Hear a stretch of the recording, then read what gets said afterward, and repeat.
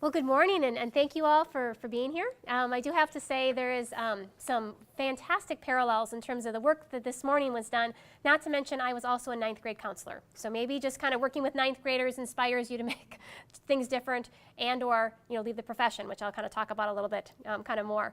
But in terms of the model we're going to talk about today, it is a focus on that first year of high school. It is about college and career going, and I think one of the key pieces you'll see over and over again, it's about relationships. It's about building positive, intentional relationships. And the relationships are both staff to students, staff to staff, and students to students. And that is kind of the real key piece, and then ensuring that you're using real-time data to make sure that those relationships are authentic. So those are some of the key pieces. Another piece of information I do want to share as we begin going is this model, once again, was developed in St. Louis Park High School, and you'll hear about kind of the story and how it evolved, and so right here in Minnesota. But it is now a national model that we have had implementation in California, Maine, Pennsylvania, Michigan, South Carolina, and Wisconsin, with a lot of research. So you'll continue to kind of hear both the Minnesota homegrown story as well as the national kind of rollout of this. The ACT gave us the National College and Career Transition Award last June also.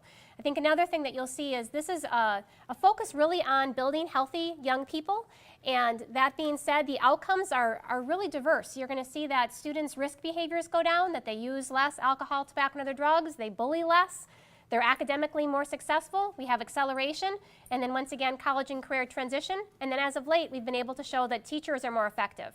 So when it's relationships, you can see that kind of the impact is pretty broad.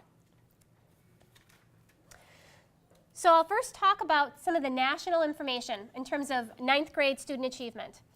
20 to 40% of all ninth grade students fail one or more classes needed for graduation. And I think this is the real important piece, because of factors unrelated to learning ability. I think that is a real key piece to note there. In terms of high school, most high schools would have an access point for any engaged learner, that they should be able to pass the class. This is not the AP courses, this is not calculus, this is once again simply getting connected to an environment and being successful. So almost half of our students are failing a class, and it's not connected to a learning ability. We really need to be looking at kind of what are we doing to put that scaffolding in place and to ensure that students are being successful, and really need to put those pieces in place that are about making sure that student is connected and feeling successful. Right now, 25% of ninth graders take ninth grade over completely.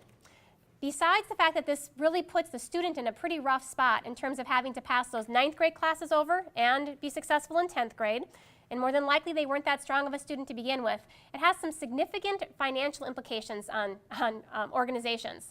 Most ninth grade counselors or administrators understand the ninth grade bulge, which means you will have 1.5 sections of those ninth grade core classes because you have to re-offer them. If a student fails a course in college, they pay again. If a student fails a course in high school, the school pays again. And it's a limited set of resources. So subsequently, those funds that you would potentially put for those elective classes and other pieces are often consumed by offering those ninth grade classes over again. So that's a really key piece as you're looking at kind of how your school is able to be successful and how your school is able to move forward. As you'll see, this model's focus is on that first year of high school. That being said, schools have implemented the model school-wide in high schools, as well as we now have middle schools that are implementing the model, because it is about relationships and it's about data. So the model's history. So in 1998, it was my 5th year at St. Louis Park High School, and Bob Laney, who's sitting in the back row right here, was my principal. And I was spending my summer logging credits on my white note cards, because that was the system. So I'm logging the note cards and recognizing about half of our ninth graders failed a class again. I will also admit, I was a green counselor. I'm one of the newest people, because that's where people go in ninth grade. Your new teachers go into ninth grade, new counselors go into ninth grade, and you are hoping that you're going to move on, that there's going to be a retirement, and you're going to move up to those upper levels. So subsequently, we have this really critical year of ninth grade with your newest teachers. So I had talked to a number of the teachers, and they're not feeling particularly professionally successful with half of their students failing either. So it's kind of a really interesting combination of factors going on.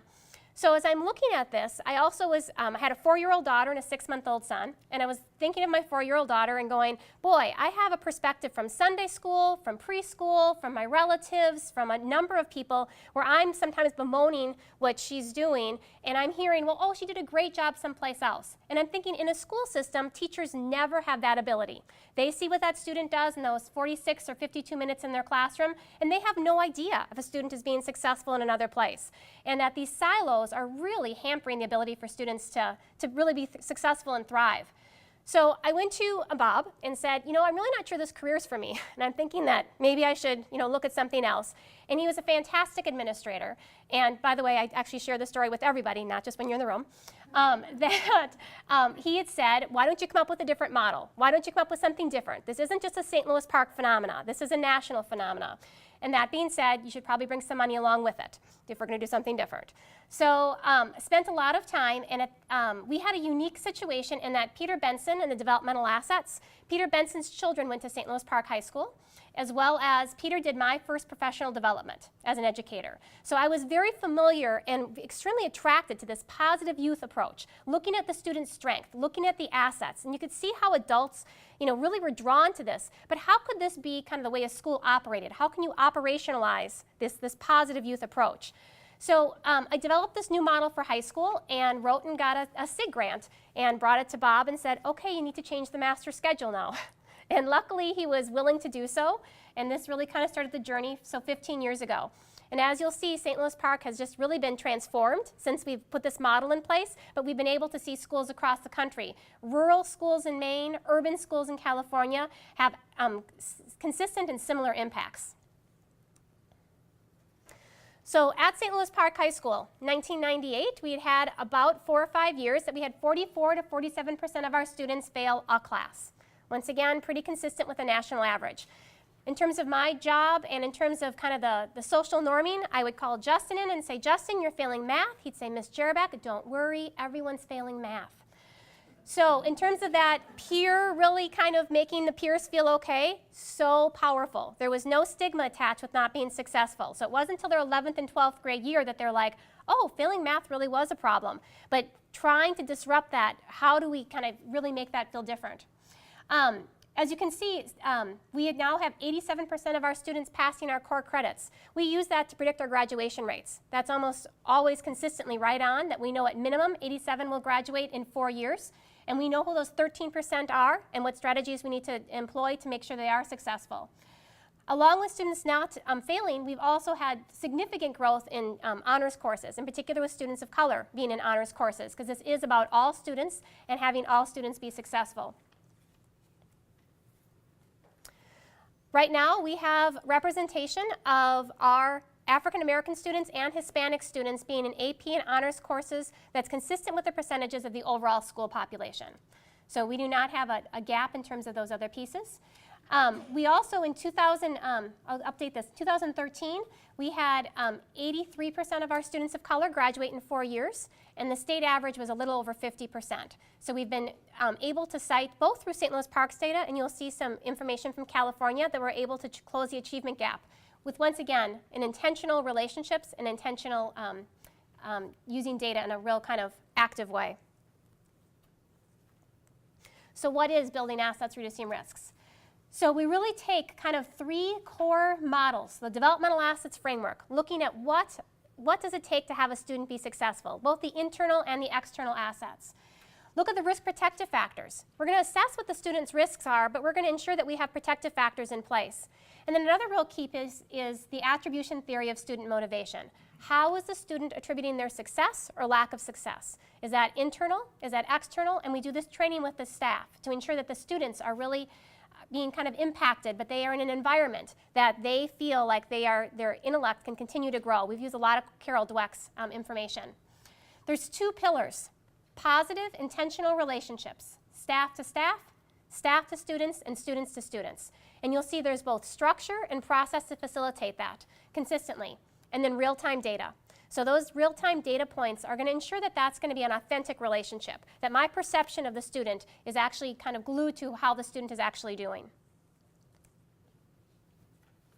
So you'll see both of these things, but we've worked in some charter schools, large schools, rural, urban, and suburban. And this is kind of a model that, because education is about humans, relationships obviously is kind of a key piece that has applicability regardless if you have 60 ninth graders or you have 700 ninth graders. And I think this is a notable piece. How we're different. One of the big pieces is we emphasize the strength of students. There's a process where teachers are meeting in teams on a regular basis. Obviously, issues come up in terms of need to address for the student, but we're always looking at the whole student, not just the academic. I was just in California recently, and I was talking to a principal there. They have 96% free and reduced lunch. Average class size is about 47. They have about 800 ninth graders. And he said, it's no longer acceptable if I go to a math teacher and say, why is Johnny failing? The math teacher can't say because he has 13%. He now knows that I expect him to know, who is Johnny? What is going on with Johnny? And it cannot be a mathematical equation only, and that he's only turned in a certain number of homeworks. I need to know who that student is and why they're being successful or what the barriers are that exist. So it's always looking at the strength of students. So in every conversation, which once again, every student is discussed every week, you need to list what that strength is. You need to always say, what are we going to be leveraging? And out of a team of 3 teachers, there are times that there are large pauses, that the 3 of them say, I'm not sure, I'm not seeing the strength yet. And actually, we had a conversation recently where we had some observations in, and a very experienced teacher said, the 3 of us were looking and said, you know, one teacher said, give me a week. I'll come back and identify the strength of the student. And the student really had lots of challenges. And the teacher came back and said, you know what? I notice he always holds the door for a couple kids, maybe when he comes in the classroom. The next week, the teacher said, you know what? I noticed he picks up a couple worksheets. He always has some extra worksheets. Well, bottom line is, within a couple weeks, all the teachers were seeing lots of positive things that kid did, and the kid was getting that positive affirmation back, where unless the teacher was looking for it and actually noticed the door holding, I don't know that that student would have been perceived that same way. So it changes the culture of the school, because every adult has to be accountable to saying, what is the strength of a student and how are we going to leverage it, and how are we going to make sure that that grows. The other piece is it's the entire 9th grade. We are stating that all students who are entering 9th grade, regardless if they're getting all A's and they're leaders, they're at risk. This is a hard time, that you're developing your sense of self, and you need to ensure that you're having positive relationships with multiple adults. So this is, once again, for all students in 9th grade. Justin's going to kind of hit some of the key strategies, and so you can kind of have a sense of what the model looks like. Hello, my name is Justin Barbeau, and I actually taught within this model for 7 years, a few of the middle years. And in 2010, when we received our first I3 grant, the expectation of that grant was for us to replicate in schools that weren't exactly like St. Louis Park. So we had to go rural, and we had to go even more urban. It's California and Maine. And we took it on in 3 different schools across the country, and as part of that, one of our core missions was to make sure that we had a model that was rigorously evaluated and had fidelity markers for our key components that could ensure replication at all different schools and all different sites. My job in that role was to direct implementation, fidelity, to visit the schools and ensure that they're moving forward, and then to come back and help work with our evaluation team to refine those to make sure that we can do what our new task is, which is, as part of the I3 validation grant, we have $12 million to expand to 57 more schools. And so I'm directing a team to go out to these schools to help them move all of their current initiatives that every school has in alignment with our work to make sure that we're all going in the same direction. So these are our 8 core components. Now, none of these by themselves will make the change. And our model is comprehensive. It leverages those relationships that Angie was talking about and ensures that we're capitalizing on student strengths using data in a weekly basis. We hear a lot of people talk about real-time data. I can call any one of the current schools implementing right now, and they would tell me what their current 9th grade failure rate is. They would tell me what percentage of those kids are failing which classes, and each teacher would be able to articulate what their core concerns are and core strengths, because it is just already within, for the current schools that we just started with 3 months in, they've already seen a dramatic drop in, because we have to do a control study on one side compared to the other, a dramatic drop.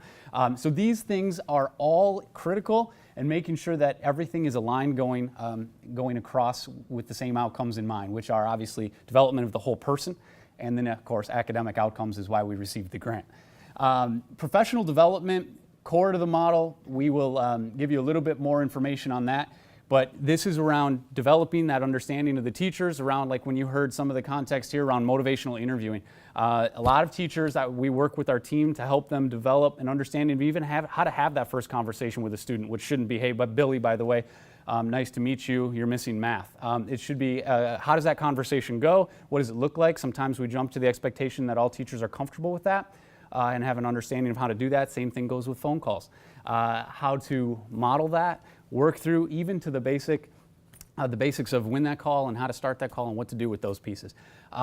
We will work with that. There's a 2-day training that Dr. Walsh's book will encourage the parents to come before school starts and encourage them to read some of the work that we're encouraging and also to share what the strategies are, where their student is developmentally, and how to integrate into our system that is in place in the school. So there's a comfort level. They see where they fit in, and our teams of teachers and administration understand the same.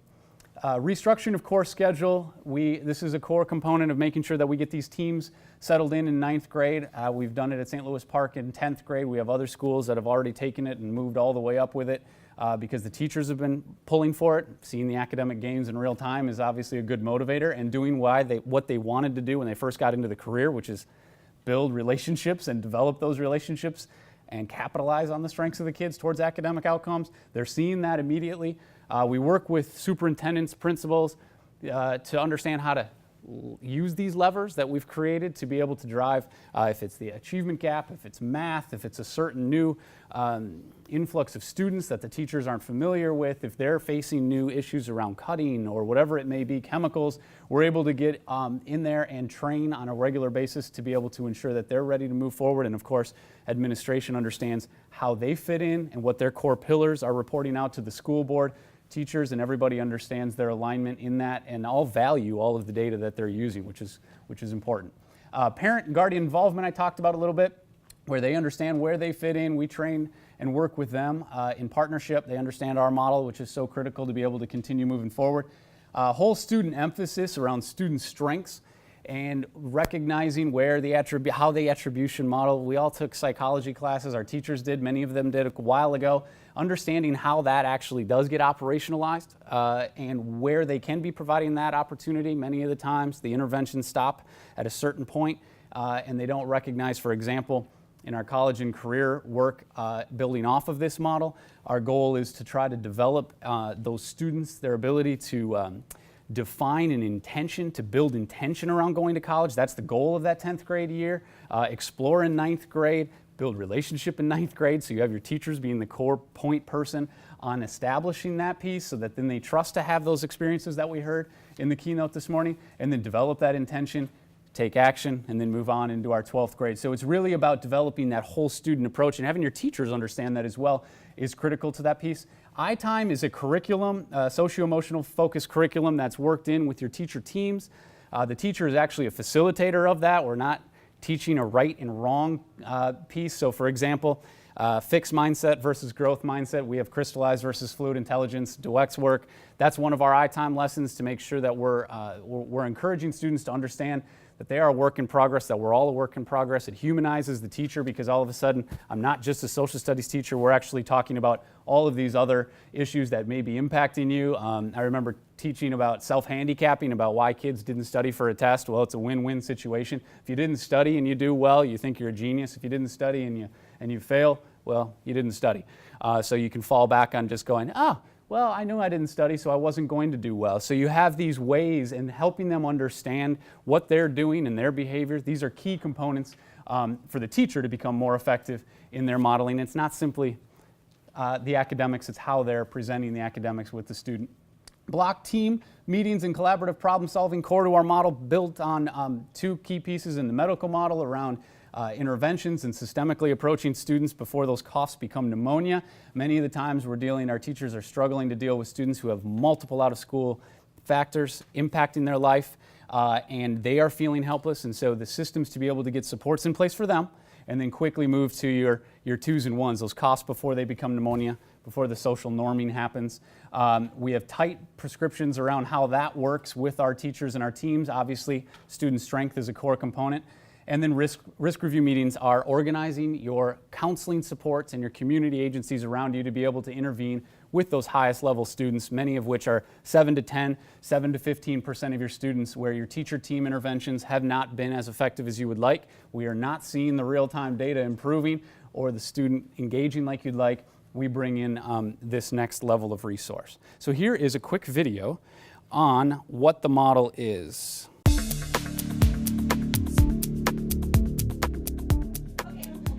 Building assets, reducing risks, also known as BARR, is a strength-based approach to increase student success both academically and personally. The two fundamental pillars of the model are creating positive, intentional relationships and using real-time student data in collaborative problem-solving settings to guide instructional action. The model helps students cultivate positive relationships, develop their assets, and increase their academic success by restructuring the school and intentionally addressing the whole student.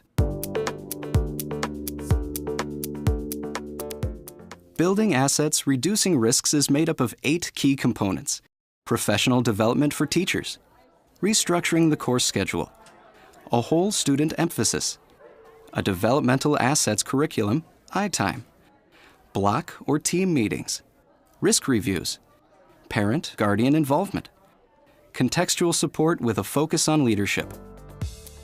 Professional development is provided to teachers, student support staff, and administrators to enable them to develop asset-oriented relationships with students, parents, and colleagues. Students' course schedules are restructured into blocks or teams with a team of core academic teachers.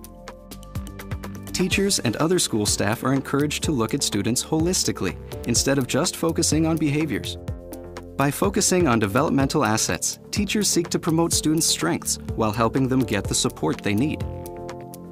Every week, core academic teachers meet with students for I-time, a curriculum that helps students develop social and emotional skills they can use in school and beyond. Block or team teachers meet regularly as a team to discuss the progress of students they have in common. These teacher block meetings use collaborative problem solving to develop interventions to help students increase academic success. Once a week, these block teachers meet with the school counselor, school social worker, and other support staff in a big block meeting to discuss students of concern and possible interventions. High-risk students who are not responding to interventions are referred to a risk review team, which provides more focused interventions that may include referrals to community resources. The key for achieving these strategies is the use of real-time data. Block and risk review team members access academic records in real time while a student is being reviewed in order to identify the student's academic and non-academic needs. Parents and guardians are also involved in building assets, reducing risks. They attend an initial orientation and can join a parental advisory council if they wish. The model also partners with community organizations to deliver services to students in need. Contextual support is given with a focus on leadership. Implementation of building assets, reducing risks, is continually evaluated to help the school modify or adapt the model to best support students.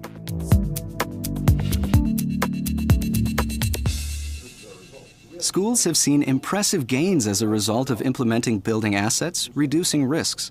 We subsequently have had a history of having about half of our students fail. And upon the very first year of implementation, we are down to 20% of our students were failing a course, really just by reorganizing ourselves and really looking at our students' strengths. We've been implementing now for 15 years, and our failure rate this past year was 11%. So we recently had available to us some data from Hemet High School, which is one of the schools in the I3 project, and we looked specifically at their Hispanic population because obviously the achievement gap is something that educators are very, very concerned about for good reason. And we noticed that in that randomized control trial where half the 9th grade program received the BARR program and half did not, the students who were of Hispanic ethnicity, Hispanic heritage in the BARR program made far more greater gains than those that were in the non-BARR program. After producing significant reductions in failure rates and helping to close the racial achievement gap, Building Assets, Reducing Risks was awarded Investing in Innovation, Development and Validation grants by the U.S. Department of Education to further study its impact. It is listed on the National Registry of Evidence-Based Programs and Practices, or NREP. I was going through a lot of stuff and they helped me with everything. They listened to me, and that's something that I needed. They got me going. Again, I felt like I didn't want to go to school. They got me coming back. Well, all my teachers really told me that I can do better, and I listened and I did. That's why this year I'm in honors English, because she suggested that I do that, so I'm doing it. Especially being a ninth grader, you know, you come into this school, you're in high school, you don't really want to, you don't know anybody, you're not really excited, you're nervous, and then having the blocks really gets you to know a lot of people. It gets you more focused into school because it's not just normal sitting in the desk, you know, doing school. It's actually like fun activities, you're all together on it. I would definitely encourage people, especially ninth graders, to do the block system. The collective impact that these teacher teams have on these students' lives, you hear it in their voices and the outcomes that they're naming. The teachers see it in their grades, they see it in the students' engagement level. All of that are powerful reasons why these schools just want to continue doing the work, and the teachers are feeling more effective. Increases the numbers of course credits, which obviously is critical to making sure that we have the graduation rates moving up. And to confirm that and make sure that many people ask, well, of course we could just pass students if you just wanted us to pass them, but we're not asking for that, and we wanted to ensure that with the first development grant, they were evaluating academic growth with the MAP scores within year, pre to post test with both groups, and saw significant achievement score growth with our BARR students compared to non-BARR, and you'll see that in a moment. Increases student engagement and also reduces ATOD use. These, I'm going to jump to this slide. This would be an example of semester by semester data where when Angie was saying there was social norming occurring at the 44% level, 44% had one or more Fs. 44% of our students in ninth grade in 1998 had one or more Fs. 18% of those students had two or more. There's a huge cost to that. In addition to making sure if you're having to retake courses, you're not going to be able to offer as many electives, and obviously the opportunity to accelerate into college and career curriculum, AP, IB, will be hampered dramatically. So as those started to drop, and as you can see our demographics shifted in different learnings occurred, there was each time there was a peak up one semester, we were able to correct with those real-time trainings to be able to get it back under control. Last year, at the end of the year, St. Louis Park was at an 11% failure rate, although not zero, which we're still working on. All of those students made it through risk review. Those 11% that did not pass all of their courses, we know exactly where they are, and we transition them into 10th grade with a model that's supporting them as needed to ensure that that's continuing.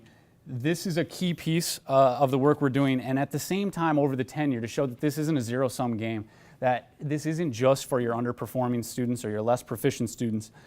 You'll see that our school over the same tenure with Bob at the helm in this initial uptick here, we actually in 2012 were at 1,220 tests. It just continues to go up. So as you see failure rates decrease and relationships start to be stronger and collective impact of teachers being able to share with students the importance of taking a certain course that they feel they're ready for, AP, IB opportunities that are now being able to offer because we have the finances to do it, because we're not having to retake many courses, we start to see that acceleration, which is one of the core reasons that we were honored with that ACT College and Career Transition Award.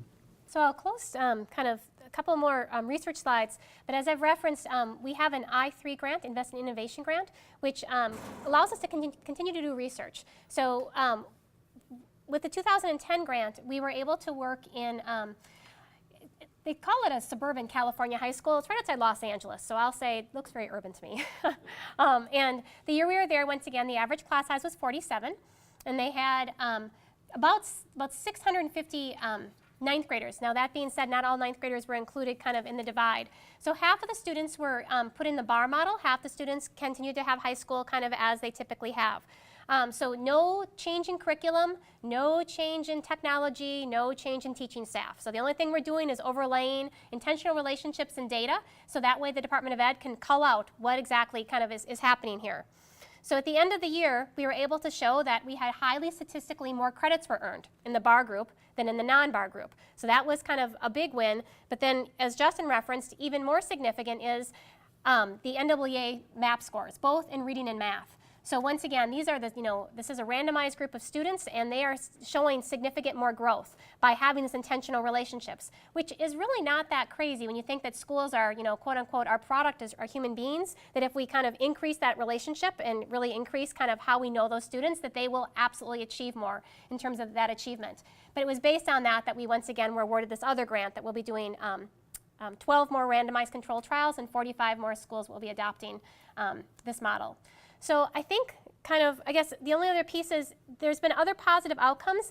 The last bullet I will draw your attention to, we're currently funded under teacher effectiveness. That is what the Department of Education has found, that teachers who are working in this model are showing to be more effective teachers, as shown by student growth. So I think that's a really critical piece. This model does use the talent of the staff there, so it is kind of, I think, important to recognize that the teachers really are the professionals and kind of the key that make a difference.